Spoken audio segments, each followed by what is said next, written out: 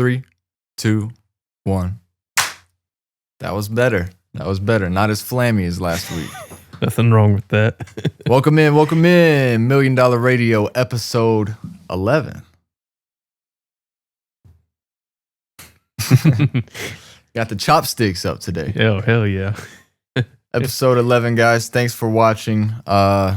We average like 30 to 40, maybe 50 viewers every episode, which is not a lot, obviously, but it's also like, dang, we got that many people that actually watch every week. Yeah, and they may not watch the whole thing, but just they get on. That's important too. Appreciate the love and support, everybody. Thank you. No. Thank you. No, move out of the way. You. Yeah. You in the back. Thank you. Yeah, for sure. It was a great weekend of college football. NFL has some surprises as well. A couple teams went down though, Jacob. Tennessee was not one of them. Thank God. Took care of Mississippi State. What was that? 33-14. Yep. Won by 19. Didn't cover. We also didn't have Nico in the second half. So yeah, hopefully he's all right. Oh yeah, he should be. I think everything's good. I was telling somebody, of course, I don't know what's going on with what type of injury, what it is, but they reported that it was a upper body injury. Yeah, I didn't see any specific parts. He did take a couple hits there before the end of the half, but did come back and finish the half. It's probably one of those things where like didn't want to risk anything. Yeah, it's just Mississippi State. Exactly. If we were playing Georgia, if we were playing Alabama, he had got his butt right out there. Probably would have been playing in that second half. Yeah. But for sure. Hopefully he's okay. Gaston handled business. He's oddly accurate. Shout out Gaston. Yeah, he's really good. It seemed like he came in and looked a lot more comfortable. Yeah. Of course, Mississippi State is not Alabama. Yeah. He doesn't do a one-leg fadeaway. He didn't Leroy Jenkins anything. Hey, I respect him doing that, even though that wasn't the greatest decision. He was airing it out versus went out there, Mississippi. Yeah, he was. I honestly didn't even get to see most of the game, especially the second half, being at work. But I went and tried to watch the highlights on YouTube, and all I saw was like an 8-minute highlight video. That's all that I was able to see. So I was a little mad. There would be drives that the first play I'd see, it'd be like 4th down. And I'm just like, come on, show me what happened. Or Tennessee drove all the way down the field. Yeah. And I didn't get to see it. So we still held them under 20 points? Yeah, 14. The most that a team has scored, they actually beat us with 19 points. Mm-hmm. So no team has cracked 20 yet. Even Alabama, Florida. No, Florida did. No. Florida did. 20 points? No. It was 17. 17. Okay. Yeah. Okay. Yeah. It's 23-17. Because they tied it and then it went to overtime. We got that one. So defense still doing their thing. Yeah. Offense looks pretty good. There. I mean, and Max Gilbert got his confidence back. He hit a career long too. Did you see him celebrate that second one? And the whole stadium was too. About brought a tear to my eyes. I mean, there it is. Yeah, all he needed was a pat on the back, and we gave it to him. Exactly. We gave him a shout out. Exactly. Not critical, because the last thing you need is your kicker having the yips going down to Georgia. Yeah. No, because we're probably going to need it, because that may be a slugfest. I was thinking the best narrative or storyline for us to beat Georgia would be a walk-off field goal from Max Gilbert. Mm-hmm. I'm calling it right now. That's crazy. If we win, it's going to be by a game-winning field goal from Max Gilbert, 50 yards. Damn. Yeah, he's and you think we'll be down too? Like he'll have to. No, we'll be tied. Okay, we'll be tied. That's the best. That's like no pressure. Yeah, we'll be tied. It'll be tied going into the last minute. Nico puts together a nice drive. Max Gilbert wins getting out of bounds. Yeah. A few slant routes. Nico's not running out of bounds on 4th down. With 3 seconds left. He's not going to wait till the very last second to throw the ball away as he's getting hit and throws a pick. We're not going to see that Nico this week. No, I swear every week he's getting a bit more experience and a bit smarter and getting more comfortable with the plays, it seems like. Yeah. And that's what you want to see. And next week's the most important game of the year. It has been since the Chattanooga game. Everybody's looked forward to the game down in Athens. Very, very similar feeling to 2 years ago when we went down there with Hendon Hooker. Mm-hmm. They still had Stetson Bennett, won the Natty that year. that was their second in a row. Didn't they beat the hell out of us too? See, we only lost by 13 or 14. I think it was like 27-13. But it was not that close the whole game. Defense shut us down. We weren't able to do anything. Their offense was just moving the ball down the field, got some easy touchdowns. And they went up might have been something like 21-0. Okay. And so it was never close. They just held us off, and we were able to find the end zone we found the end zone once. I think the other two might have been field goals. Okay. So yeah, it wasn't pretty, but this is a different Georgia team.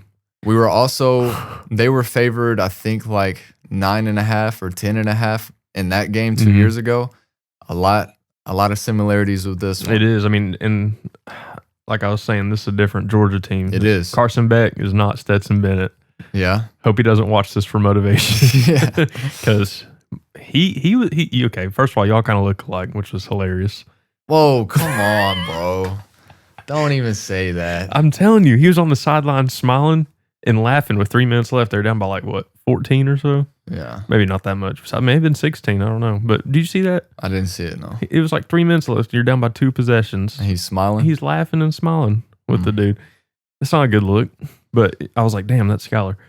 But honestly, I'm very happy that they lost versus Ole Miss. We need them coming in to this game. I'm almost torn. I'm like, do you think they'll be pissed, or do you think that they're maybe losing confidence? Exactly. I don't know. I think they're losing confidence personally. I don't feel that lucky. I'm gonna be honest. I've seen this movie time and time again where we have a big game a week from Mississippi. We take care of our business, and the team that we're gonna play loses. Whether it's Alabama, whether it's Florida, Georgia, big games that the team is just pissed off. Maybe we're going to them. Maybe they're coming here, and then we can't get the job done. No matter what happens, get the job done. Our defense is so much better than what it has been. I agree. I think the defense is good. Nico's hitting a stride. Their offense has been struggling. Exactly. What is it? 11 turnovers in 4 games now. Yes, he has. I forgot how many picks he has, but it's 12 picks maybe for the last 6 games. Yeah, it's awful. It's like, are you him? Are you Carson Beck? It's like you getting out there.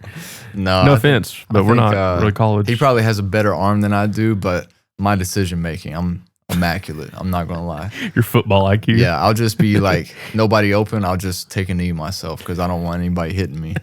I wouldn't want to be out there with James Pierce, staring me down, anticipating the snap. Yeah, it's just barely gotten off, and he's already in the backfield. Yeah. Our defensive line, have you seen how we line up too? It always looks like we're offside. Dude, every time. They've called it a couple times, but so many times that it's looked like it's offsides and they don't call it. It's not even jumping the snap either. It's we line up with our head over the ball. But then I look at the ball. I was actually watching the Alabama highlights last night just for great memories. Yeah. And the line of scrimmage doesn't line up with where they place the ball. Really? Have you noticed that? So if that happens, you notice we're offsides, because I've also noticed it. I'm like, damn, are we offsides? But then if you can look a little bit closer to it, you can see the chains ball, on the sideline. Not the chains, the actual. Well, maybe the chains are different, but the ball, the center is holding. Mm-hmm. It's the line of scrimmage right here. He's holding it way behind it. Yeah. So I'm like, are we offsides, or is the line of scrimmage kind of messed up? You know what I mean? Mm-hmm. It could be, but I have noticed that, and I always laugh. I'm like, dude, what the hell? Yeah, I mean, whatever works. I will say, 2 years ago, going into the Georgia game, I listened to the Sports Animal, the radio. Is that with John station. Wilkerson? Yeah, he's there at 99.1. But I was listening to the Eric Ainge show that week. Eric Ainge and Brian Rice, they do a great job. 9 to 12 in the mornings. But on the EA show, Eric Ainge was basically dogging Sanford Stadium, where Georgia plays. Their stadium. Their fans aren't that loud. It was fake noise. Not fake noise. He wasn't saying that, but the pumping noise. Not piped in crowd noise, but he was just saying how he was saying how it's not that difficult of a place to play, not a daunting task. And then we got there, like Georgia fans pointed it out too. Like they found it on Twitter and were, sending them tweets and stuff and talking smack. And then we went to play and we were getting false starts. We were having trouble communicating. Because it was loud as hell. Because it was loud. It really, I think like even the commentators mentioned how loud it was. Yeah. So in between the hedges down there in Georgia is no safe place to play. No, for sure. So, for sure. Not going to be talking smack about that at all. You got to show respect. Yeah. Georgia's still, they're not the championship team, the well-oiled machine that we've seen the last couple. Man, I was just spitting bars. Right there. That's crazy. They're not the same team that we've seen over the last few years, winning back-to-back championships, winning the national championship by 50, Kirby's visors 50 flaring points. up. Yeah. Stetson Bennett's going crazy. Yeah. So, it's not the same team, which makes me think that this line being 9.5 in favor of Georgia is like, what do they know that we don't? They're begging people to pick Tennessee. 85% of the money is on the spread for Tennessee to cover, which scares the living. You think it's because Nico's injury? Like there's nothing confirmed. It's been 9.5. It's fluctuated between 10 and 9. Yeah, it's been around that same margin for the last 3 or 4 weeks. But it was taken off, wasn't it? Last week or so. They do that every now and then. Oh, okay. But they updated it this week after the Tennessee and Georgia game. They put it back up, or the Tennessee and Mississippi State game. Yeah. Their games, but they put it back up to like 10.5. It opened back up, and I was just like, Georgia just lost. They look like crap. Tennessee just won. They look pretty good. Nico might be questionable, but if Nico doesn't play, we're not winning. No, hell no. No offense to Gaston, but yeah, that's. He would come in and do that one-legged fader. That shit was. Yeah. That's like iconic. Because that's what I would do. Yeah. I'm sitting in that. That's some backyard football. Give me the rock. Yeah. I'm gonna make something happen. Give it to me, coach. Let me get my chance. I didn't know he's a senior. Yeah. Imagine he like throws a touchdown on that pass though, and then takes Nico's job. That would have been. That's crazy. like the alternate dark. That's like an alternate dark universe. There's some universe out there where that does happen. Yeah, or where he wins the spot entirely, and we go on a national championship run. Yeah, with Gaston Moore as our QB. No. Hey, maybe Nico doesn't play. Maybe we still win in Georgia. Maybe we do go on to win a natty. Who knows? Man, if we had not lost to Arkansas, we could afford a close loss to Georgia. We could.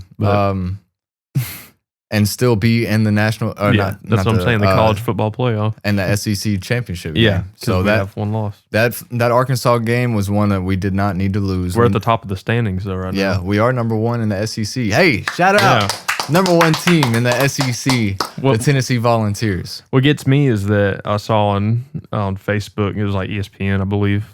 They said that Alabama has a 76% chance to make it into the college football playoff, while Tennessee only has a 74% chance, even though we beat them head to head.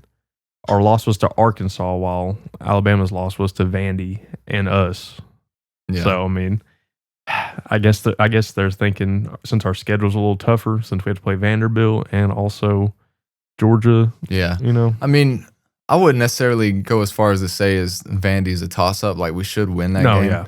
But if they can beat Alabama, they can probably beat anyone. It depends on the type of Vanderbilt team that comes to play, because there have been games like we saw this week against South Carolina, 28-7 was that the final? Yeah, it was a pretty much shellacking for South Carolina, and Vandy just looked like typical Vandy, but then they've also had games where they play out of their minds. They beat Alabama. They almost beat Texas. Like, if that type of Vandy team shows up when we come to Nashville, it's like, oh man, I'm a little nervous. Yeah, but who knows? Like, I don't think it's gonna be as much of a toss up as it could as it was like a few weeks ago. Like when we were watching Vandy beat Alabama and almost beat Texas, it's like, oh, this could be a toss up game for us. But I don't know. South Carolina lost to Alabama, and they beat the hell out of Vanderbilt. Yeah. So and also, like,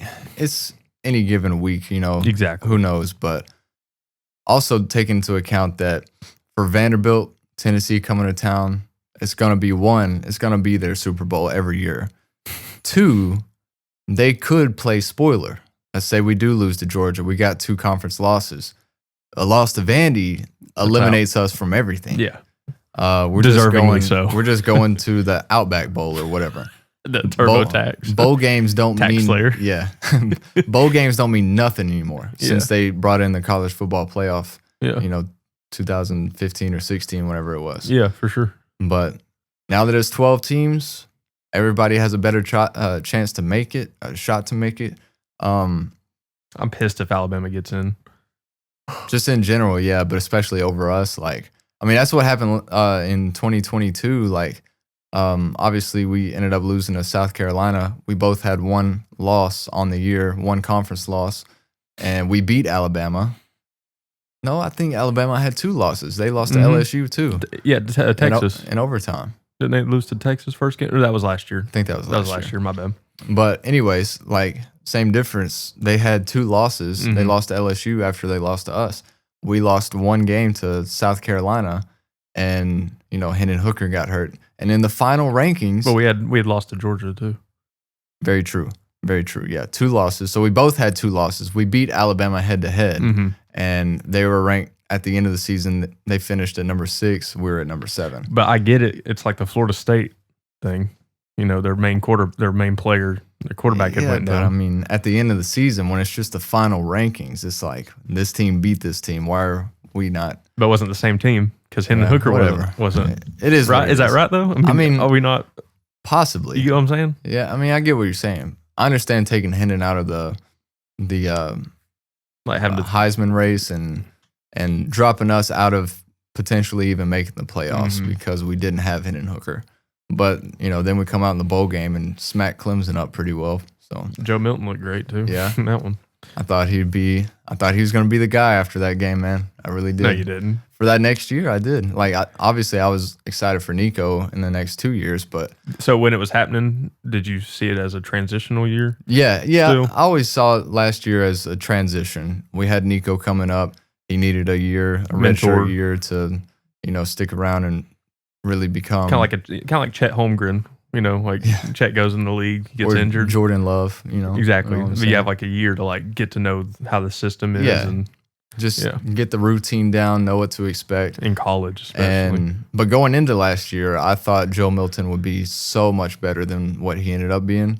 And I still think that his potential was so high even throughout the season, whereas he could have this game where he looks out there looking like a Heisman, like he should, with his size, athletic ability, his arm. He is the prototypical factory-made quarterback that you would want. It's 6'5", and he just didn't have it in him, at least at Tennessee. Mm-hmm. Yeah. But he did make an NFL team. He's a backup at New England now, so props to him. Hope he gets a shot. I've always thought he'd be a better NFL quarterback than a college. I don't know if that's just because I think the receiving, is a little better in the NFL. Of course, everyone's a professional, but we'll have to see. Obviously, yeah. But man, I just really hope we take care of business on the rest of our schedule. I mean, do you think if we lose to Georgia but make it a very close game and then win out, do you think we still make the playoff?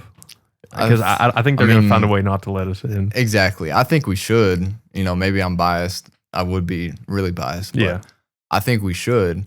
At the same time, though, I would not be surprised if they even put Alabama in over us. I would be very mad, but not shocked if they. We beat Alabama head to head. Because that's how it happens. Like I said, I've seen this movie too many times. The polls, the media, they don't like Tennessee, whatever it is. I mean, if our only 2 losses was to Georgia and Arkansas, we would not get in. But Alabama has a better chance to get in with them losing to Vandy and us. Yeah. You saw. I'm getting mad over something that hasn't happened yet. even this season, we've already seen it where Alabama loses to Vandy. We lose to Arkansas. Same week, right? Same weekend. Same week. We were laughing. Yeah. Pre-game of Tennessee or Arkansas. Yeah. Right. Haha. Alabama, you lost. And then, rankings come out, we drop a spot and they stay at 7. Was that right? I think no, that was for South Carolina. We both dropped. That's for South Carolina. Yeah, I think we dropped to number 8. They were number 7. Yeah. And then the next week is when they had a close game against South Carolina.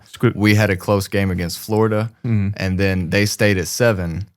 And then we dropped to number 11. Yeah. It's like, come on, dude. Yeah, dude. It's just so Bama bias. It's so biased. Well, I'm going to give you the top 12 teams. We don't have the college football rankings because it comes out on Tuesday nights. So I believe that'll be tomorrow night. Yeah. But so far, I'm going to give you the top 12. And keep in mind, when the college football rankings do come out, the final one, it'll have to be the conference winners for the first 4 or 5, right? Yeah. Do you think they'll do 5 in there? No, it's top 4 seeds, and that's the new Power 4. We got Big Ten champion, SEC champion, ACC, and Big 12. Okay. All those conference champions will fill out 1 through 4. I didn't know if there was another conference that could make like a 5th spot somehow, if they would consider that. Not this year, because that would have to be the Pac-12, and they've only got like 3 or 4 teams, So, but yeah, so they'll take the 4 conference winners, 4 major conference winners, rank them 1 through 4, who's the best, but those 4 teams will get a bye week. Okay. And then 5 through 12, that is 8 teams. They all play each other. Got it. And then those 4 winners will move on to play the top 4, and then move on from there. So number 1 is Oregon, and then 2 is Ohio State. So Oregon's 10-0; they're still undefeated. Ohio State is 8-1; they moved up a spot. Texas moved up 2 spots; they're 8-1. They beat the hell out of Florida. Yeah, they smacked them. Yeah, they looked really good. Bent them over. Yeah, like crazy. Penn State went up 2 spots. Do you know who they played again? Was it Maryland? Yeah, someone weak. And then Indiana barely squeaked one out versus Michigan, 20-15. Only won by 5 points at home. They are 10-0. That's their best start in program history. Shout out Indiana. Yeah, no hate. Yeah. Tennessee moved up from 7 to 6. We beat the hell out of Mississippi State. And then BYU is undefeated, 9-0. They're at number 7. Notre Dame is at number 8. They're 8-1. Alabama at number 9. They're 7-2. And then Ole Miss comes in at 10 at 8-2. They moved up 6 spots. Now number 11 is Georgia. Yep. They're 7-2. They dropped 9 spots. Ain't that crazy? Yeah. I mean, they didn't look good. No. But they're still 10-point favorites against us. So the eye test for them is not as good as Tennessee, in my opinion. Yeah. And then Miami comes in at 12. Oh, man. So let's get into that Miami game. Boise State at 13 which is bullshit. Miami. Okay, I don't know if I told you this. I probably didn't. I had it in my heart, though. Miami, once they ran into a real team, they'd lose. I don't know if I called them losing. You did. Georgia Tech? You did. Did I? I think so. I was hoping, at least. But damn, Georgia Tech ran that right down their throats. That triple option, they could not do anything with it. And teams have had a hard time defending that. Yeah. But Miami, it just seemed like they had no answer at all. Georgia Tech just got the edges every time, and they'd run and make first downs. And the quarterback, I forgot his name, Hayes maybe, is one of them. I may be wrong on that, though. He's really good. He's like more of a running back than anything, because he would come in and he would do the option plays, but then they'd put in a true freshman in who had like 14,000 passing yards in high school. Really? Yes. And it was like, there was one play, it was 3rd and long. I forgot. It was like in the 4th quarter.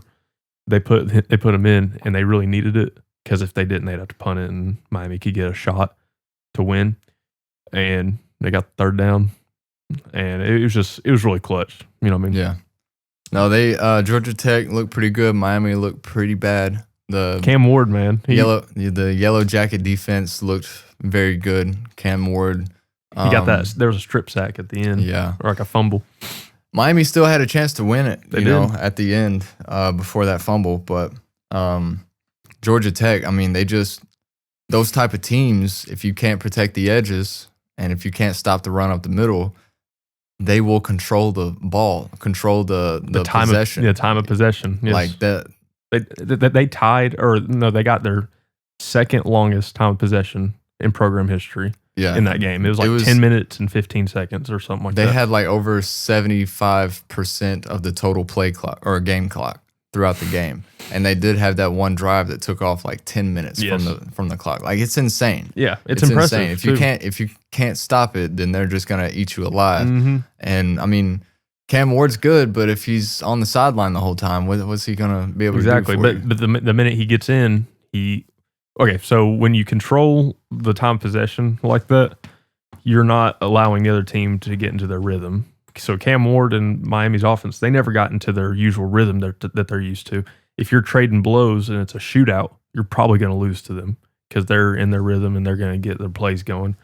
But I mean, you're having to wait like 7 or 10 minutes every time, you get the ball usually. Yeah. And then when they did get the ball, he was turning it over. Did he throw any interceptions? I think he may have. I have to check. But I know he had a few turnovers. I think there was like some fumbles and all that. So if anything, the Georgia Tech defense was the most valuable aspect of that game, Oh yeah, I mean the offense milked the clock, kept them from scoring, and then the defense kept them from getting on the field, and then when they did, the defense held them there. Yeah, absolutely. Cam Ward was 25 of 39, 348 yards, 3 touchdowns, 0 interceptions. Okay, but he had like one fumble, one or two.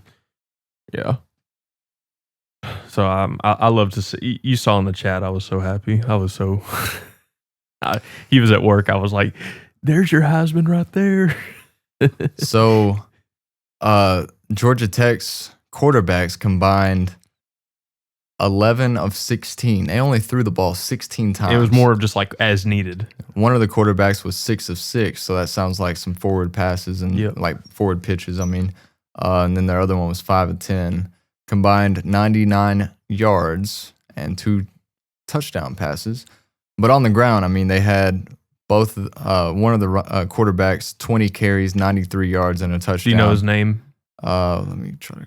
Haynes King. Okay, it was Haynes. I said Hayes. It was Haynes. Haynes King. 20 carries, 93 yards, a touchdown. Another running back, Jamal Haynes. So they got a Haynes King and a Jamal Haynes. They had like 8 different players that had the ball on all the possessions, like rotating it out. Because when you're watching it, you're like, damn, it's so physical. You're only getting like 3 or 4 yards. Everything's happening up the middle, and they got to be switching them out. Yeah, and you're getting like 3 or 4 yards of possession, or a carry.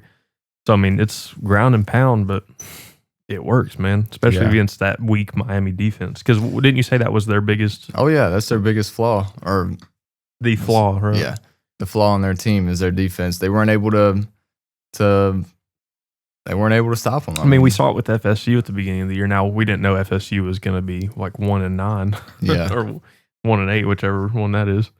I see a bunch of comments on these playoff predictors. It's like, put FSU in there. Yeah.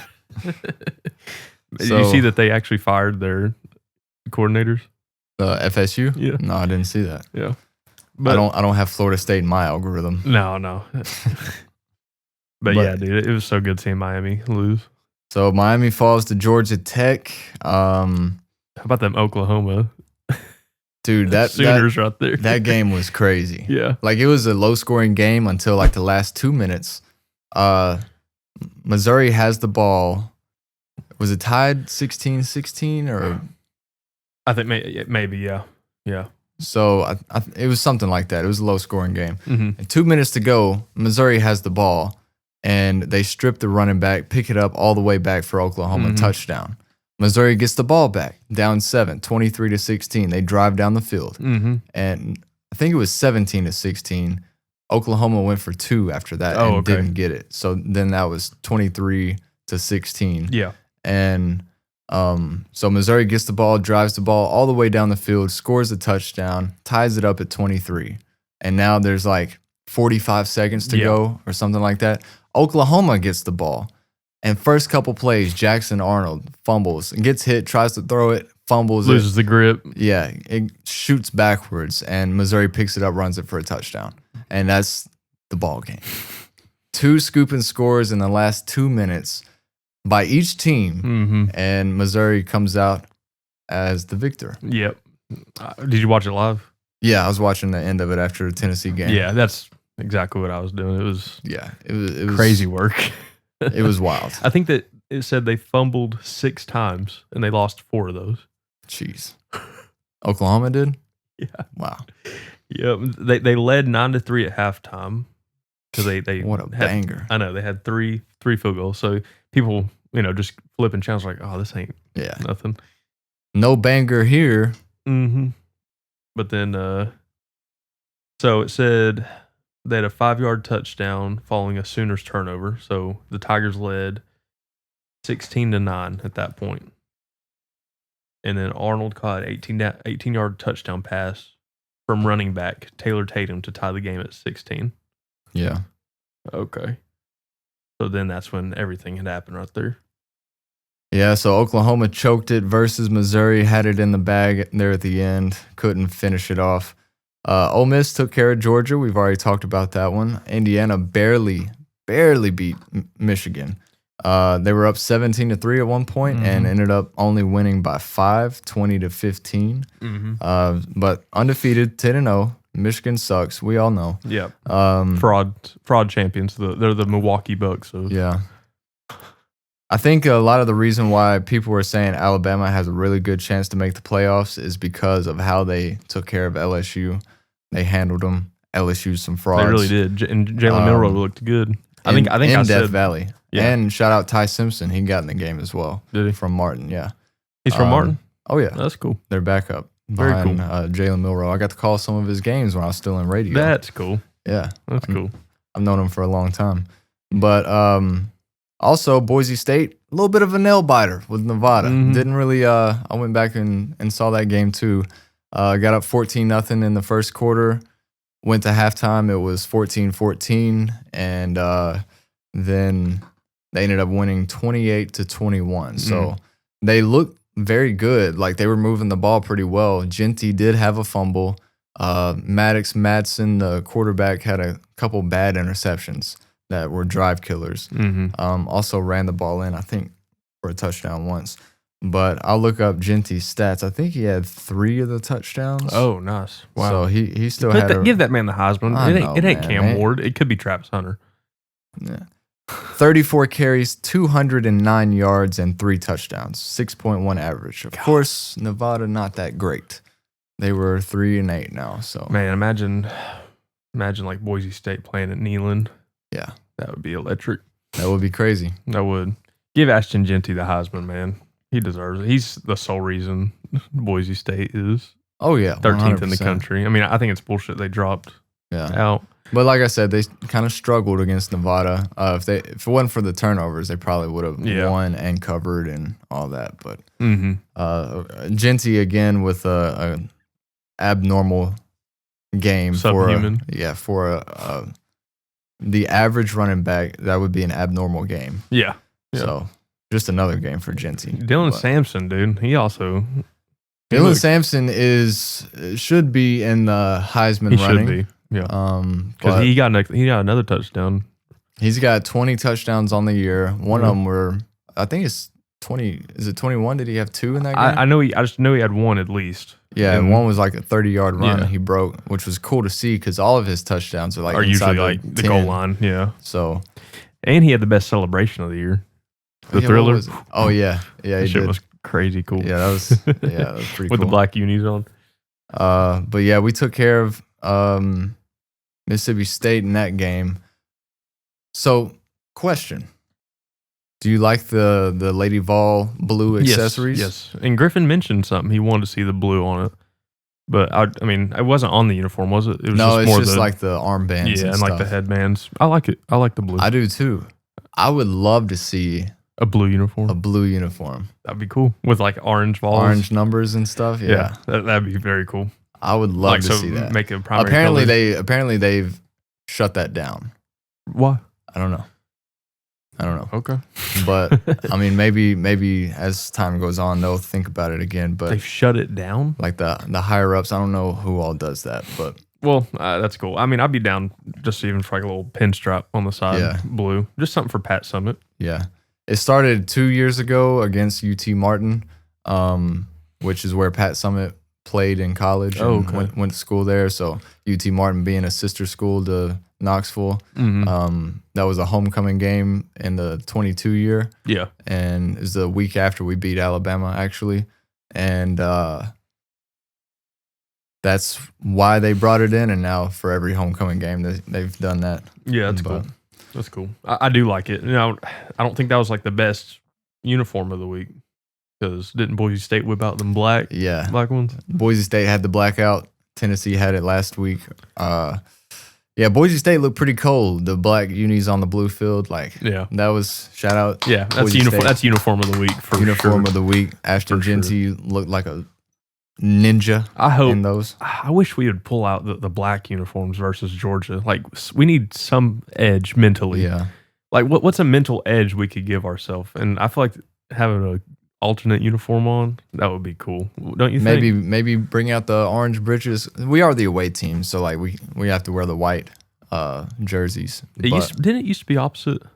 No, I think that's just basketball.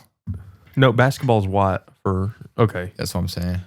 Yeah. For football has always been there are some exceptions like teams like LSU or the Cowboys. Who's another one? The Dolphins. They always wear they'll be at home wearing the white uniforms. Okay. But the home team always gets to pick what uniform they're wearing. Yeah. And so whether it's white or the solid primary color, the away team has to pick differently. Okay. So looking at this week, we'll get into finally our thoughts and predictions of the Tennessee-Georgia game. Yeah. Right now, this line, Jacob, damn it, where'd it go? It's been fluctuating. Yeah, still been moving around. It's now sitting back at 9.5 in favor of Georgia at home. That's just crazy. I don't think that's number 6 Tennessee at number 11 Georgia. I don't see it happening. I think it's way too much of a spread for Georgia to cover. It just worries me though, because they're begging you to take Tennessee on that spread, and the money is asinine. 84% of the money, 87% of all the bets are on Tennessee to cover. I honestly don't think there's anything deeper. I think they don't know. I think Nico's injury status is unconfirmed. Yeah. So I think he's not. So I think that has something to do with it because we won't know if he's playing or not until Friday. Because it could come out that he's very badly injured or something, and we not knowing. Everyone's already made their bets on it, but I don't think it's anything deep, in my opinion. But do you think there's something that they? I mean, just as much as I pay attention to sports books and lines and stuff, that's very abnormal. It's normally whenever you think Tennessee should be able to win or keep it a close game because we're good, our defense is good. Georgia's been struggling, and then they make the line something crazy like Georgia winning by 10 points. It's they're begging you to take Tennessee, which makes me think that it's we're walking into an ass whooping. It's what I think, but I'm not saying I think that's what will happen, but it's just something that I wouldn't be surprised. Because it's happened time and time again. if Tennessee, if people take Georgia on the negative, right? Then and they probably won't cover though. Then they'll make more money doing that. That's what I'm saying. The books always come out on top. Okay, yeah. But I don't know. I just hope it's a close game. I think we have the great supreme. I think we have a great shot to win. Oh, for sure. Carson Beck. I think our defense is going to give Georgia problems. They can't necessarily run the ball that well. Carson Beck has struggled a lot, we've seen. And Will Brooks, hey, Carson Beck better be watching some Will Brooks film. Yeah. He about to pick his ass off 2 or 3 times. Yeah. Will Brooks is the White Hawk. Yeah. So the coldest white dude to hit Tennessee since Dalton Connect. Yeah. What'd you call him the other night? The Great White? Will Brooks is the Great White. But yeah, I think we got a pretty good shot. I'm gonna go into it feeling good. I'm not gonna stress about this. Don't be overconfident. Don't be underconfident. I'm not even gonna let myself get nervous about it or worried. Saturday morning, my God, we gotta play Georgia today. I'm how are we gonna do? I'm not gonna do any of that. I'm just gonna go watch our team play and support us. Not go watch them, obviously, but I'm gonna watch us play and support us. Whatever happens. Heupel has spoiled us. He has. I mean, we're contending for a championship. We would never say that a few years ago. Yeah, and also like we've had 8 wins in 3 seasons in a row. First time that's happened since the early 2000s with Philip. And our record at home is incredible. We've only lost we lost to Georgia last year. Didn't lose the year before at all. No. Haven't lost at home this year. So it's something crazy. It's really good. I think it's like something in 2 or 3. We might have lost 1 or 2 like in his first year at home. Ole Miss was 1. Ole Miss was 1, yeah. So it's at least 2, but yeah. It's nothing like, it was really bad a few years ago. Yeah. So he's definitely spoiled us. So that's a good worry that we have. Damn, are we going to are we going to keep contending? Yeah. Or what? Are we going to have a 10-2 season? Like, damn. We may, like we said earlier, that Arkansas loss may haunt us, but at the same time, it's like... It was that roughing the kicker call, man. I feel like... Remember that? I feel like we've kind of exceeded expectations. Yeah. Especially for so far, Nico's first year. If you take that loss away, definitely the loss will hurt us, especially if we lose now to Georgia. We beat Alabama. We beat Florida. Took care of Kentucky. We've had a good year. And it's not over yet. It's not over. And let's get to work. I think. Oh, might I also add, we are doing the pod this week. Yes, and we are undefeated. What's up, brother? Give me Tennessee, brother. Yeah, give me Tennessee. Come on, we got this. We got. Now Texas plays at Arkansas. Could they pull a Tennessee and lose at Arkansas if they show up like they did last week versus Florida? That's not happening. No. There's no shot. No, I don't think. I think Texas is a little overrated, but I also think they're at the top of the SEC for a reason. Right now we're at the top, but technically, we've got our conference record is 5-1. Theirs is 4-1. We're both 8-1 overall, so that's why we're above Texas. But give me Texas in that game. I don't see them struggling with Arkansas. Arkansas's looked pretty rough the last couple weeks. Have they? Yeah. So did they just decide to ruin our season and show out? Yeah, pretty much. Okay. Pretty much, yeah. Makes sense. Yeah, I don't know. But what's another game? Well, let's hope that Arkansas. I hope Arkansas can pull it off. But Colorado controls their own destiny. Yeah. They play Utah this week. Utah's probably been the biggest dud. Didn't Cam Rising get injured? Yeah, he got injured early on. Is he redshirting another year? Yeah. Is he really? Well, I don't know if that's confirmed, but I saw so where he might. But Colorado at home -9.5 against Utah. I thought it was Colorado at Utah. This says Utah. Oh, does it? At the Bluffs. Gotcha. Or at the Buffs. Okay. I didn't know. But yeah, Utah at Colorado -9.5 for the Buffaloes. I'm staying away from that. Colorado worries me. I think they'll probably have a good shot at making the college football playoff.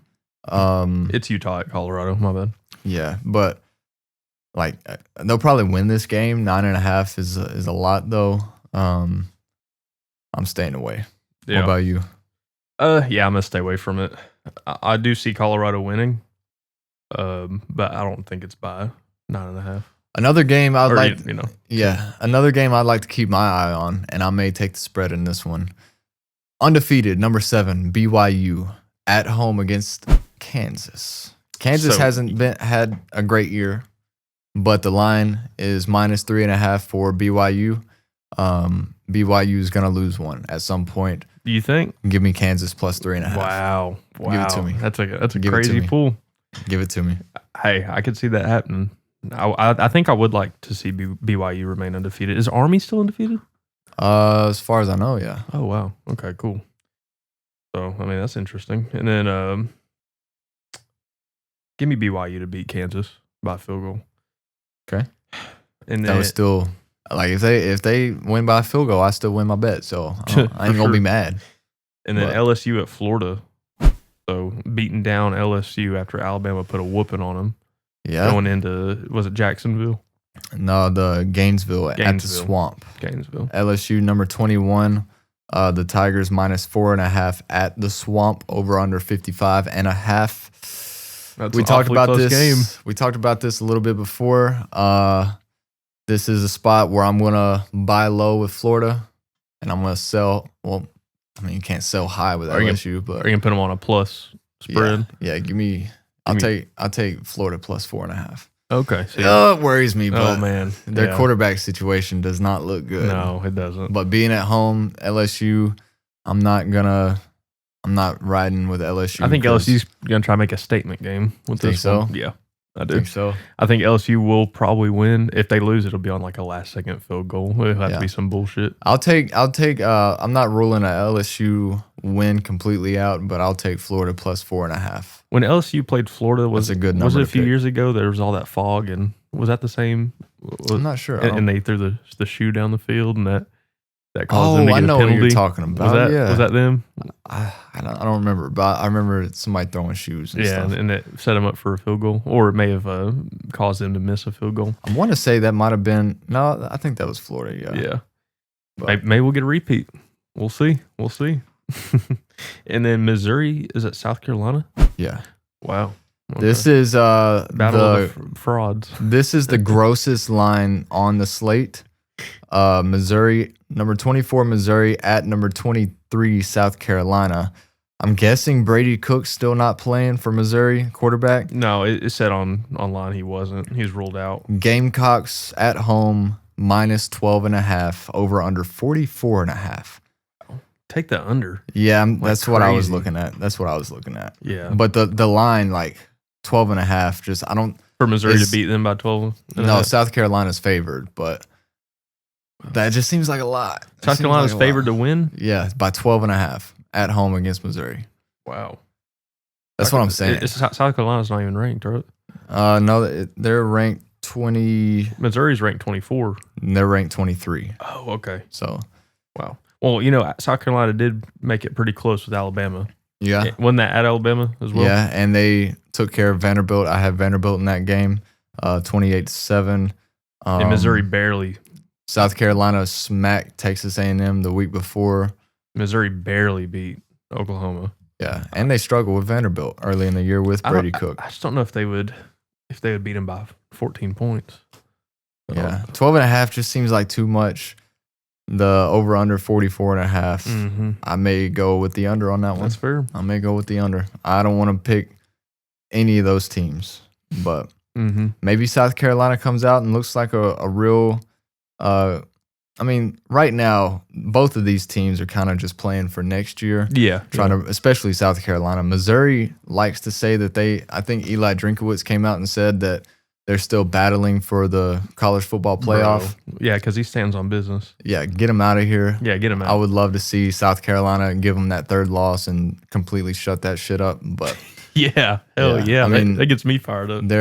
They do only have 2 losses total, both of them in the SEC. But you lose to that was Ole Miss that lost to Kentucky. I don't know. Just get them out of here, South Carolina. Missouri are frauds. Yeah, biggest fraud. I hope South Carolina wins that game. I'm not gonna pick them. I hope they blow them out by 28 points. Yeah, I'm staying with the under. I don't think Missouri scores on them. Scores much. I'm sure they'll put points on the board, but so give me the South Carolina. No, I'm taking the under. I'm staying away. Okay, but I do think South Carolina will win. Okay, I don't know about 13 points, but. And then I put Boise State on here just because we got mentioned. Boise State is in that contention. But big thing holding them back is their strength of schedule. Now that they did barely lose to Oregon on a game-winning field goal. But otherwise, Boise State's not had the craziest schedule. They do have Ashton Genty, who is a Heisman front runner. I think this game, the versus San Jose State, they really have to blow them out. Yeah, I would agree with that. They cannot, like Nevada last week, they let it go down to the wire, right? And they only won by like a touchdown. San Jose State, they have to win by like 2 or 3 touchdowns, in my opinion. It has to be the most convincing win of the season if they want to give themselves a shot at the college football playoff. Yeah, so it's at San Jose State. San Jose State is 6-3. 3-2. This is a conference game. Boise State 8-1, 5-0 in conference. Boise State favored by 13.5, which seemed like a low line. Maybe San Jose State is a little bit better than what I was, thinking going into it. Yeah. I may stay away from the spread. The over under though is 61.5 points. Like Yeah, it's going to be a lot of points. Boise State's defense is not great. So they're like that Miami prototype. Yeah. I mean, I'd like to see Miami and Boise State play. I think that'd be a good game. That would be. I'd probably take the over/under plus 100.5 points. But I'm trying to see who Miami plays this week. I think they got a bye week. Okay, because they dropped all the way down to 12. Yeah, Boise State at 13.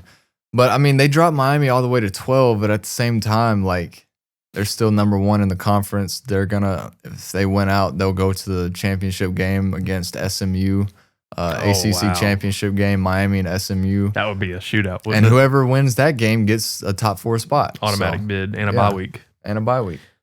Wow, that's crazy. It's going to be interesting to see with these top 4 teams, whoever do end up getting that bye week. Like, is this going to be like a MLB type thing where you have the teams that have the first round off that always lose to the teams that just won the last round? You know what I'm saying? Because they're in rhythm. They're hot. Yeah. This team had a bye week. They've been off. Didn't that happen in the NFL too? Yeah. I mean, bye weeks in general, like, oh, yeah, you're talking about the playoffs. Yeah. It can. It definitely can. But because I think the way that the playoffs are set up, round 1 will still be like a week after the conference championship games. So, like, teams that don't make the conference championship, they will be off a week. And then they'll play and consecutively. Then they'll have another week off. So they'll have 2 weeks off before round 1. I think. I could be wrong. But the teams that do have a conference championship, or teams that do have the bye week, they'll be playing in the conference championship. Yep. They would have won that. And take a break. So then they'll have a week off, then the bye week. So they'll have 2 weeks off before playing the winner of round 1. So it's going to be very interesting to see like who comes out sluggish and who comes out swinging. And I mean, if it could get to a point where like there's a weak top 4 seed, a conference champion, and like just all of a sudden like an SEC team comes in and smacks the hell out of them. Exactly. I bet 1, if not 2 at least, lose of the top 4. Yeah.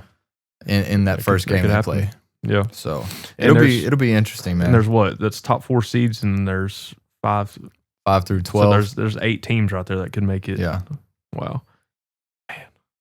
We got a lot to look forward to. Slate looks pretty good this week. Shout out college football. Yeah, for real, dude. It's been a great season. It's honestly been one of the most competitive seasons. This has been one of the most exciting seasons that I've seen. And the 12-team playoff has really made things way more interesting. Yes. Juiced it up. Also, shout out to the Vols basketball team. Yes. 2-0 start. Beat the hell out of Louisville. I'm going to the Montana game.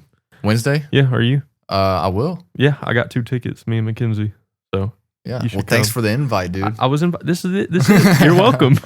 You're welcome. No, I might go to that. Okay, cool. Yeah. I don't know how the tickets will work because I went to TickPick. I'm sure we can find. I'm sure it's going to be sold out. Yeah, I'm sure we'll find some open seats. But it was Chaz Lanier. He's a dog, man. Yeah, you were right. He might be this year's Dalton Connect. He may be. And Dalton Connect's that standard. Yeah. For scoring. For sure. But senior transfer from North Florida. Shout out my friend Garrett, who used to play there out of high school. But he went there. And Chaz almost dunked on someone. Did you see that? I don't know if I saw that one. It was like right at the beginning of the game. I think it was like 6-0. And he was going for a dunk. And the guy was going to contest it. And he couldn't make the dunk. Hit the back of the rim or something. Yeah, he couldn't make the dunk. But he got fouled. Yeah. And he just hung on the rim. He just looked like Jordan for a second.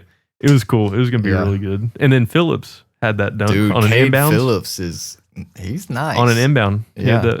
It was really good. And, going into Louisville's hard. They're a basketball school. Oh, yeah. They had the whiteout. Their fans were loud. Exactly. We shut them up quick with a 10-0 run to start. I know. I'm telling you, I do feel like this team's better. I mean, I'm not saying we have, we don't have a superstar yet. No one has poked out yet. Like, versus Michigan State last year in the exhibition, Dalton Connect tomahawks on someone. Yeah. I mean, that's just crazy.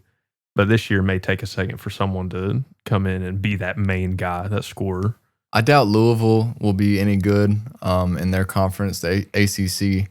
They might make a run. I don't know. Only time will tell. Like all these teams, how good they are. They're not ranked. They're not ranked. We beat them by 22 at home. It's like we had the whole game controlled. Zakai hitting a logo 3. Oh, that was nasty. Yeah, that was nasty. And he's the veteran leadership on there that we need. So I'm not gonna get too much into it, but man. great season looking like. Hopefully, let's keep it that way. I 2 think games in. I think our big guys are gonna determine how far we go and how good we are. Yes. JP Estrella looks like he's put on like 30 pounds. That's my dude right there. Yeah. He looks like he's put on 30 pounds from last year. And he that's looks crazy because last year he was guarding Zach Edey good. Imagine if he had the size he does now going up against Zach Edey last year. He's strong as shit. Yeah. That's why I was like, damn, dude, this dude's strong as shit. And then Dalton throws a pass to him like an alley-oop in the attorney. That was so nice. And I said look out for JP. We also have Felix Okpara. Yeah, Okpara. He looks pretty good. He looked a little shaky in that opening game, but I think that who were we playing in that game? Gardner Webb. Yeah, they were pretty physical. So they had some athletes. They man. did. They were hitting reverse layups, hitting big threes. Gardner Webb might be a team that makes some noise in the tourney. They could, yeah, for sure. Might. And I don't know. I think it was just first game, jitters and all that stuff. Oh yeah, we're gonna have to take time to mesh for sure. But Garland Stone, I thought he'd get some more playing time. Yeah, he's not. Have I seen him? At all? He's not. He's not been on the court. I've not seen at least. Yeah. And I had both. I had the Georgia Tech game and the Tennessee game on at the same time on each phone. Yeah, that's how you got to do it, man. That's for sure. But yeah, I feel good knowing that we have so much talent that Darlin Stone is on the bench. Yeah, it's a good way to look at it. If he's ever called up, he's a sniper. So yeah, Tennessee basketball looks good. We're gonna beat Montana hopefully, and we'll look forward to conference play in January.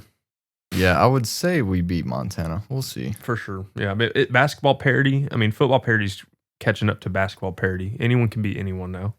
Yeah. I mean, it is a bit crazy how equal it's gotten, not only in college but like the NBA as well.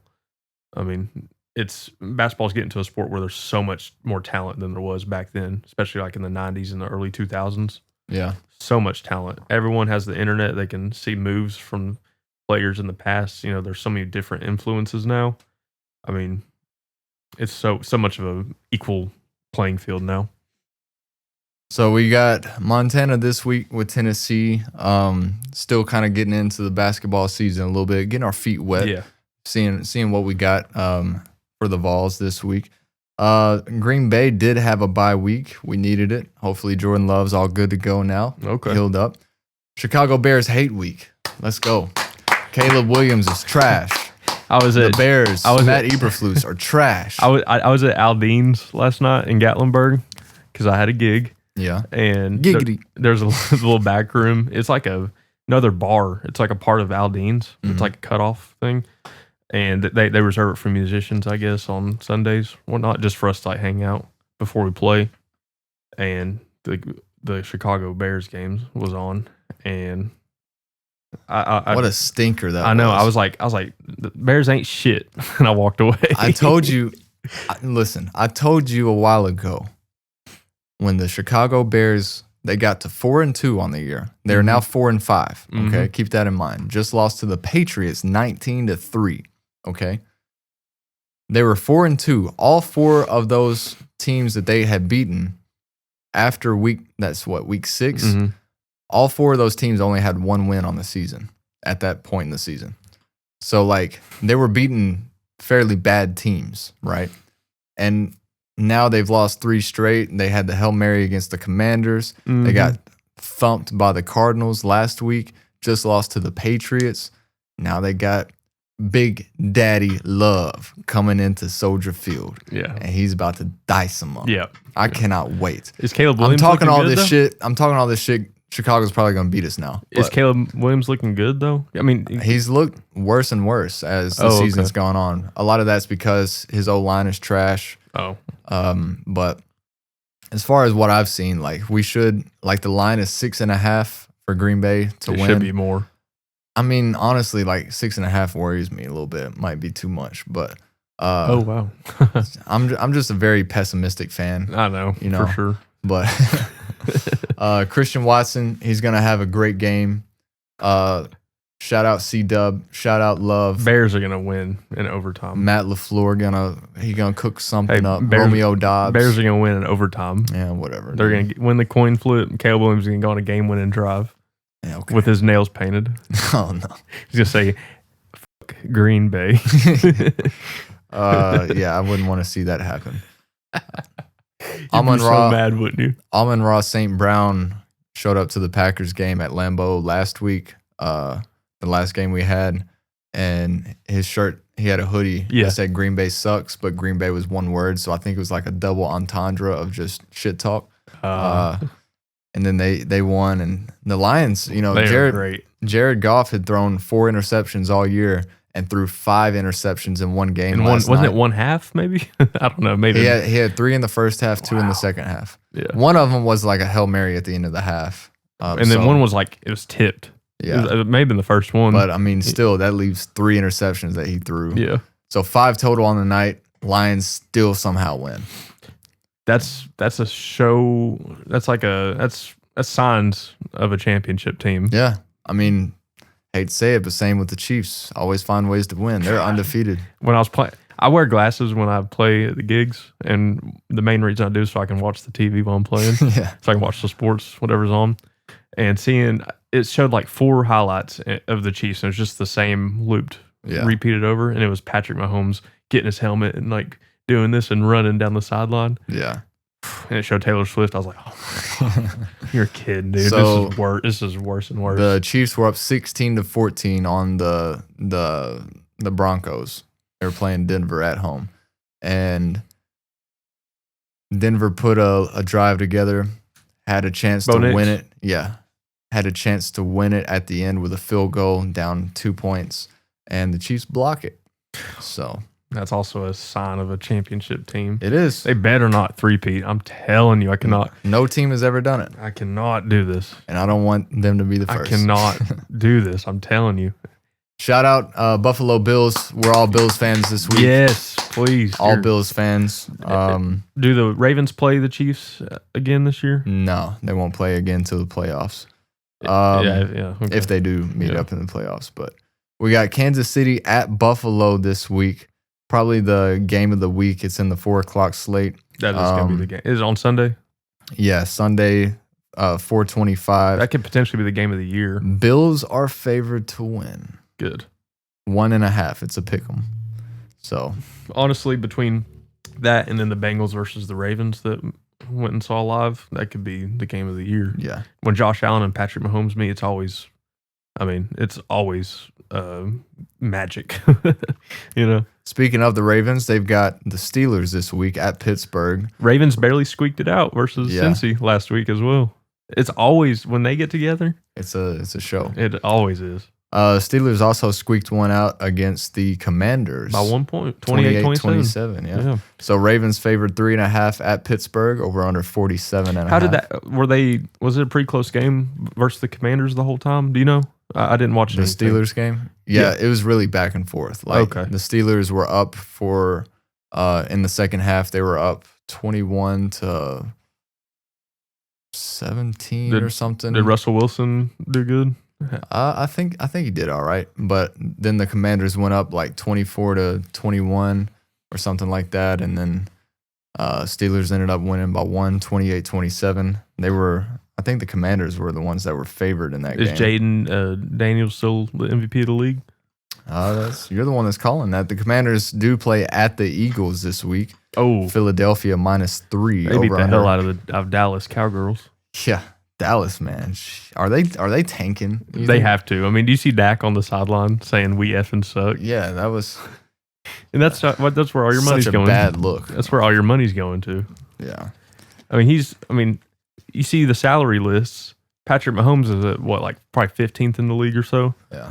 And there's a reason that the Chiefs are so good, because he does what Tom Brady did, and he allows the team to work with more money so they can get more weapons. And that's why they have a chance to three-peat this year. And that's why Dallas ain't making a conference championship. Yeah. I mean, maybe not even out the first round. We do have a game tonight. The Rams host the Dolphins. LA -2.5. Give me the Dolphins. Is Tua back? One. Yeah, he's back. Give me the Dolphins tonight, and also the Dolphins next Sunday hosting the Raiders. Miami -7. I'll hold you to that. Dolphins might go on a run here. They need it. Yeah, they do. Need it. They do. So Tua being gone, I mean, they've dropped some games. It's hard to count out Matt Stafford. He's just a freaking winner in LA. I've heard stories about Calvin Johnson telling him to lay off some of the power on the ball. Really? Because Stafford throws it just so freaking hard. There was a highlight where Matt Stafford, when he was still with the Lions, led a game-winning drive, but he got hit on a throw, and they were trying to take him out, and it was something with his shoulder. It might have been his throwing shoulder too, but or I think it was his left one. But anyways, he was injured though. He was injured. They called the timeout and brought him back in the game. Wasn't the backup in for a second? Yeah, he's like, no, put me back out there, and then he led a game-winning drive. And everybody was like celebrating with him. He's like, stop. Yeah. Matt Stafford's a dog. Gets dogpiled. Matt Stafford's a dog. He is, dude. And he's got the California teeth now. Do you see that? Yeah. Oh, shoot. Oh, my God. Dude. I might have to bleep that out. Dude, jeez. It's going to get flagged for violence to my ears. Oh, man. But the Rams favored -2.5 tonight. It's hard to count out Matt Stafford, but I'm going to go with the Dolphins. Now, especially championship winning Matt Stafford. Yeah. And then the Dolphins also have, who do we say, the Raiders this upcoming week. Yeah, the next week. So that'll be interesting. It'll be competitive because both teams have something to gain, especially. Oh, yeah. Both teams need wins. Seems like a lot of playoff implications. I'm not sure what their records are, though. I think they're pretty mid, right? Both of them. Yeah. Also, Sunday Night Football, Chargers host Griffins Bengals. Chargers lost last night, didn't they? No, the Chargers beat the Titans. Did they? 27-17. Okay. So they covered in that one as well. See, there was this thing I was watching on the TV while I was playing, and there was a thing covering the score right in the middle. Oh, really? So all I saw was Jim Harbaugh walking across the field. That'll be an interesting game, though. The Chargers are favored -1.5 in that game. Oh, okay. So against the Bengals at home. Dang, the Bengals need it. They need it. I might take the Bengals in that one, honestly, +1.5. And then we also have next week's Monday night game, which if we stick to our schedule, we'll be playing after we record next week's podcast. Texans at the Dallas Cowgirls. Houston -7.5. Any team that's playing Dallas, just give me them. Texans looked good last night. Texans? Yeah, they looked good against the Lions, and then second half happened, and they just couldn't do anything. I saw some people blaming it on C.J. Stroud. He did have a couple interceptions. Did he? Yeah. It's hard to when all your weapons are gone and injured. Very true. I mean, probably so much you can do. And he's what? Is he a second-year quarterback? Yeah. Started his rookie year, is in his sophomore season now. Yeah. So that'll do it for the NFL. Growth is not always linear. Very true. So. It could be exponential. It could be negative. You never know. Well, that's negative growth. Yeah, exactly. Yeah. Okay. Something like Derek Carr. I wouldn't. Yeah, Derek Carr. Or I was thinking Bryce Young, but I wouldn't. Well, I wouldn't blame none of that on Bryce. He had a victory formation 2 weeks ago or a week ago. Well, they're on their first winning streak since 2021. Did they hit a field goal to win this last one? Yeah, this last game they beat the Giants, and the week before they beat the Saints. So they're on a winning streak. Shout out Carolina. Yeah, you never know. Good to see Bryce Young. Bryce Young, like him being taken out for those few games, Andy Dalton coming in, it might have been like the best thing right move for him. Yeah. Because I mean, I don't know. There's no pressure on them. There's so before, like I was saying, like there's so much pressure on these young quarterbacks, and they're not given a chance to learn, and maybe that was just an opportunity for him just to sit back and see the game from a different perspective. Yeah. I mean, I don't know. Andy Dalton coming in kicking ass for a game was pretty cool, but otherwise I don't think he did that well afterwards. No, just the Panthers team sucks. Yeah, for sure. I don't know. It sucks, man. We live in East Tennessee, so if you want to go, you can't really go anywhere and see a great team. Like we can go to North Carolina and see either the Panthers, or if you like basketball, you can see the Hornets. Yeah. So you have to wait till a good team comes and plays. Or you can go to Nashville and see the Titans. Yeah, or you go to Memphis. I'm not gonna drive to Memphis to watch the Grizzlies.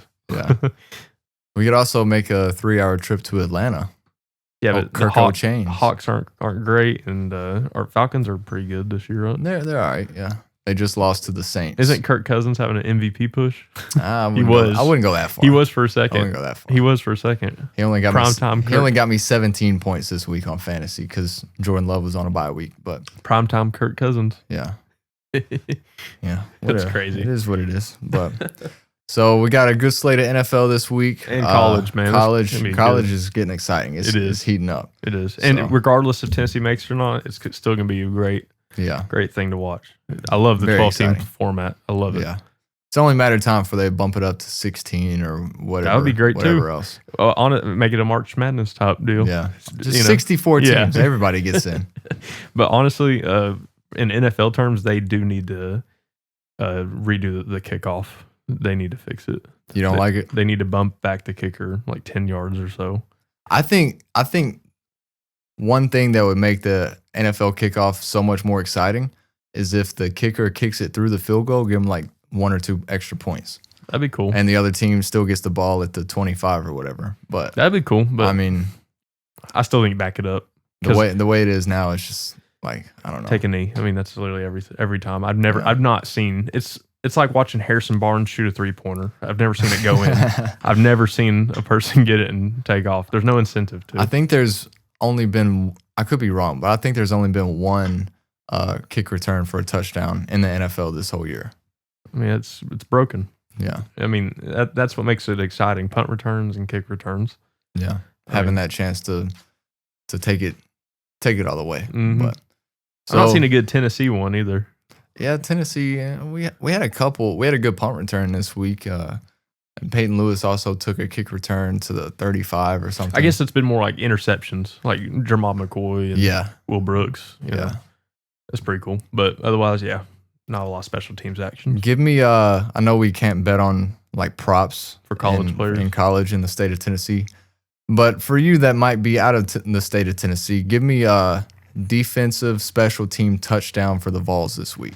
That's crazy. I don't think you believe that, and you're not doing it. No, interception for a touchdown, fumble recovery for a touchdown, maybe even like a scoop and score. Maybe even like a punt return or something. Give me Tennessee making a big play on defense. Give me Will Brooks teams. 2 touchdown returns, interception returns. You know what?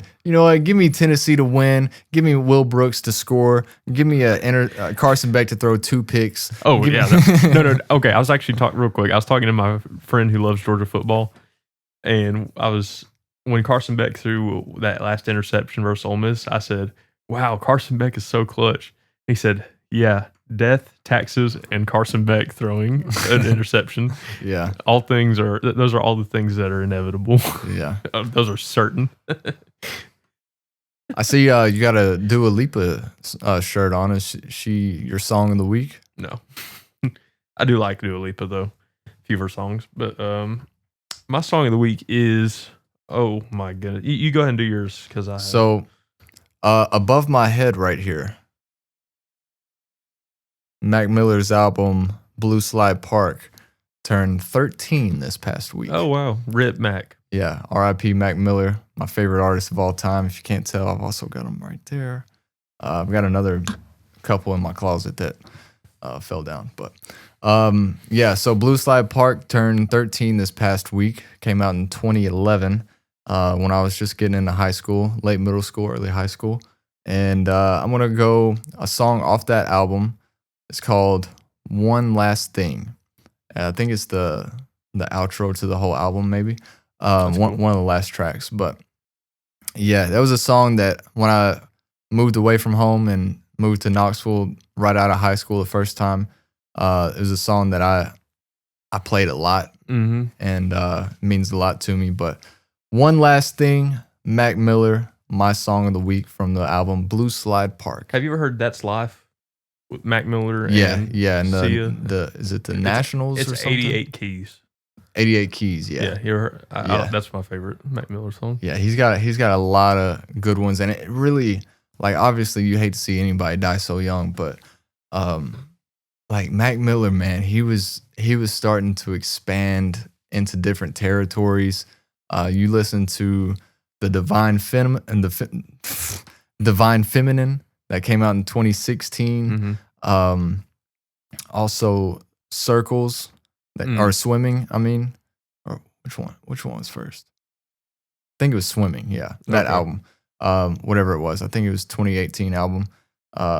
Just the way his music taste and 2020 was Circles, 2018 was Swimming. Yeah, Circles was the posthumous album that came out. But then he has Faces.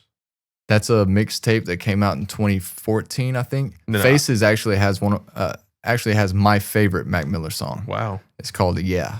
It's a bonus track. Yeah. I mean, that's kind of. And I Love Life, Thank You is 2022. Wow, that's cool. It's cool when posthumous stuff's released, or stuff that's like it's in very the vault. Sad. It's very sad. Well, it kind of adds to the legend, though. Yeah, it's a very slow, like, moody type of album. Very sad.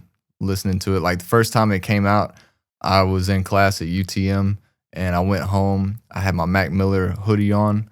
I need to find that. I don't know where the hell it is. It might be in Martin, but I had that hoodie on, and I just laid in my bed, put my headphones on, queued it up, and just laid in bed listening to it. Like, it was, that's the best I had some tears going down my face, man. It sucked, but it sucks because, like, I say it adds to the legend, but it only adds to the legend of the artist, Mac. Yeah. He was an actual person. Yeah.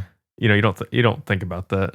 He was a son. He was a brother. Exactly. A friend, a boyfriend. I mean, everybody loved him. Yeah. Everybody. Actually, I was, when you got here today, I was listening to a G-Eazy album, These Things Happen Too. Mm-hmm. And I think that came out in 22, maybe 2021, somewhere in there. But there was a song on there. I think it's called Time.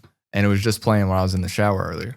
And the first verse of the album is talking to somebody that lived with his mom when he was growing up in high school, who ended up overdosing.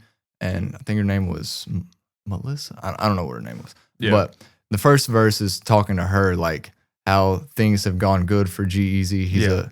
He's a famous rapper, and everything looked up for him and turned out to, work well. And then his second verse, he was talking to somebody else. And towards the end of the verse, he mentioned, like, he was going through the same thing with Halsey that he went with Ariana. He name dropped Halsey and Ariana. And I was like, wait, the first time I heard this song, I was like, is he talking about Mac? And then when he finishes his verse, he says, I miss you, Mac. And I was like, oh my God, he was talking about Mac this whole time. And I went back and started it over, and started that verse over, and listened to everything that he was saying from again. That perspective. Dude, I was bawling, bro. Like, that shit made me cry so much. Wow.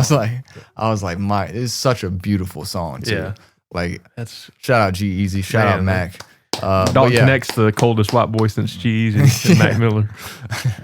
But my song of the week, Blue Slide Park, One Last Thing by Mac Miller. Wow. What about you? Good. I'll do What You Know by Two Door Cinema Club. Okay. You ever heard that? I know the band. I don't know if I know that song. So, when Truth of the Matter was playing, we were doing Undercover Martin. Yeah. That's which a good song. Very good song. Now, What You Know is basically the same vibe. I mean, same band and everything, same album. Just really good. You just got to check it out. I mean, if you like pop music, some good dance stuff. Yeah. It's really good. So that, or I could just go heavy and say, like, Jetpacks Was Yes, V2 by Periphery. Yeah, you could. I mean, nobody's stopping you. Either or. Check those two out. Those are really good. When the guitar solo hits and Jetpacks Was Yes, it's crazy. That tone is immaculate. Oh, yeah. Skylar didn't know The Walk by Periphery, right? I showed you that last week because you're like, what the heck? Did you show it to me, or did we just talk about it? No, I had you pull it up because oh, yeah. You're like, that's crazy. It's wild. But I only know those two songs by Periphery. Jetpacks Was Yes and The Walk. I need to give their P5 album a listen. Oh, really? Yeah, it's really good. That's cool. I didn't. It's like it came out in 23 or 20, maybe the end of 22. Like this decade, though. Yeah, it was just a couple years ago. But also, like, whenever I was getting really into like about to go on tour, and I had to, like, train my ear how heavy rock music is supposed to sound, and really getting into the engineering, like taking notes and everything. That was an album I listened to so much because it was like the standard of this new heavy rock, like how it's supposed to sound, and just how crazy they are as a band. Like they incorporate everything. There's a song called Wildfire. It's the first song on that P5 album, and it's just like super heavy metal. And then all of a sudden it changes into like a jazz break, and there's like a piano. Are you talking about the Dillinger Escape Plan? Milk Lizard? No. Okay, look up. That is the exact same thing you're describing. No, it's really good. Shout out Periphery P5 album too, but yeah, those are some good picks, man. Absolutely. Yeah, I can see the tears in your eyes from Mac Miller. No, I mean I'm not. Voice I don't cracking. know why my voice keeps cracking this whole episode, dude. He's hitting puberty. I like it. Yeah. Hitting puberty with a beard on my face. Let's go. Hey, I'm still hitting puberty, so it's crazy. Yeah, you're still growing, huh? Yeah. It was crazy in high school. I'm gonna have to put a book on your head. It was crazy. My voice was always high in high school. You could ask anyone. It's so high in like sophomore year. I think it lowered a little bit in junior year, but I was always so tall. It was weird. Like everything except my voice was developing. Dude, going because you mentioned last week when I was talking about Skylar McBee. Yeah. You what's his name? Ronaldo. Yeah. Swiper boy. You said that you had that as your Facebook profile. Yeah. And so like me being me, I was gonna throw it in there. Yeah. And I did, but I was going through like all your old, like swiping through your Facebook profile pictures to get to it, and just seeing you get younger and younger and shorter and shorter. I was like, dude, this guy used to be a kid. Like, yeah. I'm sure I'd do the same thing with you if I did the same. Dude, thing. mine. I think my first ever Facebook profile picture was when I was in 5th grade. Really? Yeah, it was like a school picture. That's crazy work. I was wearing a Brian Urlacher jersey too, Chicago Bears jersey. Wow. Yeah. Well, shout out Ronaldo Woolridge. I've actually got a framed picture of Brian Urlacher in there. Like, it's cool. Right there, actually. I need to put it on my wall. He's one of my favorite. Oh, on the top. Yeah, over here. He's one of my favorite football players of all time. That's cool. But well, that's gonna do it. Yeah. This was fun. Good episode on this Monday afternoon. Griffin should be back next week, hopefully. Hopefully doesn't get food poisoned at Denny's again. Yeah, apparently he woke up with some nasty stuff this morning. So first he gets drug tested at Take Your Sweet Ass Time Medical. Yeah. And then he gets food poisoning at Denny's. Yeah. Come on, Griff. I'm just kidding. Oh, we didn't make our parlay this week. Do you have a pick? Just give me Tennessee outright winning money line. Oh, come on, man. Pick a different game. Nope, Tennessee money line. I don't want to bet on it. Okay, though. it's your money, so I'm not. I mean, we're all supposed to be putting these parlays in. But. Yeah, but if we win the parlays, are they getting distributed? No, because that's what I'm saying. That's what I put my money in. Y'all supposed to put your monies in, and then it would get distributed, right? No, you just win. If it wins, then we all win money. That's what I'm saying. Like, but like, I don't know. It's like if it loses, I don't know. I think you get what I'm saying, right? Yeah. You take the risk, but you're getting the reward. I think the game I'm gonna go with was shoot a monkey. Give me the under with Missouri and South Carolina. Oh, that looks like a old ass $1 bill. I'd probably wash my hands after that. What is this for? This is for my $1 contribution to the parlay. Is this like, look at old George Dub, man. That's what happens when you play in Gatlinburg for some tourists. Okay, yeah. Yeah, I'll take the under, South Carolina, Missouri. Give me Tennessee outright winning on this parlay. Or you can just do a single bet. Can I just do the spread? Yeah, do an alternate spread. What do you want the number to be? It's plus 9.5 right now. Plus 4.5. Okay. So you want plus money on this pick. All right, we'll go plus 4.5 for Tennessee. Is that fair? You think that's fair? Yeah. Like it's your pick. I could see us see that. It's even money, or no, it's plus 158. But so those are two plays. Should we pick one for Griffin? Yeah, just get probably Boise State covering. We'll add Boise State money line. Yeah. So right now, 3 picks, under 44.5, Missouri at South Carolina.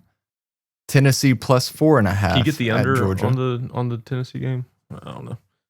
I don't think you can do alternate spread and under. Yeah, it's a parlay, man. You can do whatever. 48.5 is the over-under on that one. That seems so high, don't you think? We'll see. Man, we got a lottery ticket right now. Tennessee plus 4.5 and the under 48.5. Under 44.5, Missouri at South Carolina. Boise State money line plus 819. Let's hope. $10 to win 81. So I guess that'll do it. So is that what you want me to put? If you're doing $10 on it, just give me like a tenth of the winnings. Okay. Which I think that'd be $8.